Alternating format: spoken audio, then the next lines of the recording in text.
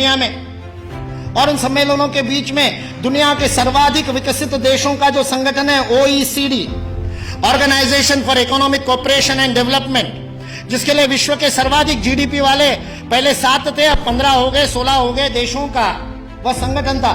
उस ओईसीडी ने सन 2000 में एंगस मेडिसन नाम के अर्थशास्त्री को यह काम दिया कि वो विश्व का आर्थिक इतिहास लिखे, और चूंकि उनकी गणना, उनकी हिस्ट्री 0 ईस्वी से शुरू होती है, तो एंगस मेडिसन को भी काम दिया 0 ईस्वी से 2000 ईस्वी तक 2000 वर्ष का आर्थिक इतिहास लिख दीजिए। उस पुस्तक का नाम है economic history of the world millennial perspective by Angus Maddison. OECD.org इस वेबसाइट से आप डाउनलोड कर सकते हैं।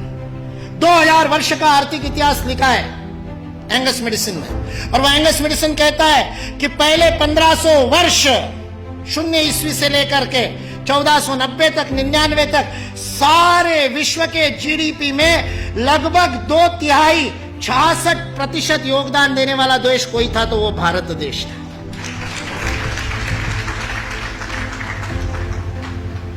मैं सोच रहा था, इतिहास का मैं विद्यार्थी हूं, आपके जैसा इतना अध्ययन तो नहीं किया, लेकिन मैं सोच रहा था ये 1500 से क्या संबंध है, तो पता चला वास्को दी गामा 1498 में आया था। और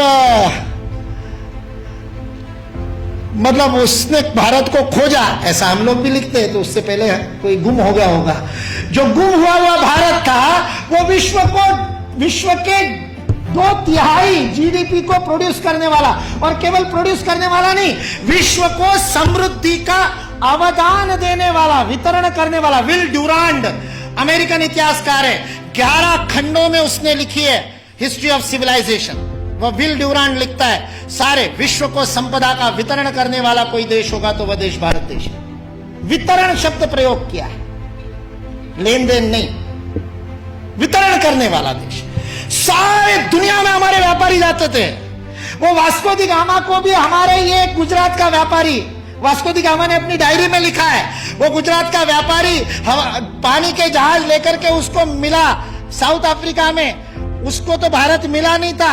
इसने कहा अच्छा भारत खोज रहे हैं, चलो मैं ले चलता हूं।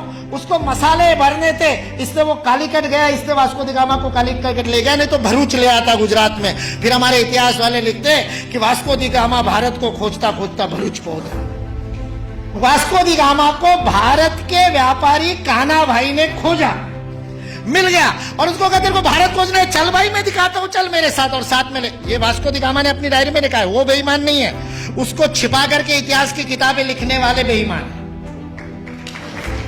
वास्को दी गामा की डायरी का उद्धरण दिए बिना हमारे को गलत इतिहास पढ़ाने वाले बेईमान है। वास्को दी गामा ने तो ईमानदारी से लिखा है, उसने ये भी लिखा है कि उस कान्हा भाई के जहाज मेरे जहाजों से कई गुना अधिक प्रगत थे। 40 खेने वाले लगाने के बाद भी मेरे जहाज को उतनी गति नहीं थी जो उससे 3 गुना बड़े, 3 मंजिल वाला जिसके ऊपर डेक था, ऐसे जहाज को केवल 16 नाविक खेते थे। ऐसा कान्हा भाई का जहाज था। भारत की विज्ञान और तकनीकी की स्थिति अंग्रेज इस देश में आए तब सारे विश्व से अधिक उन्नत थी। ये अंग्रेजों में से कुछ ईमानदार इतिहासकारों ने लिख करके रखा।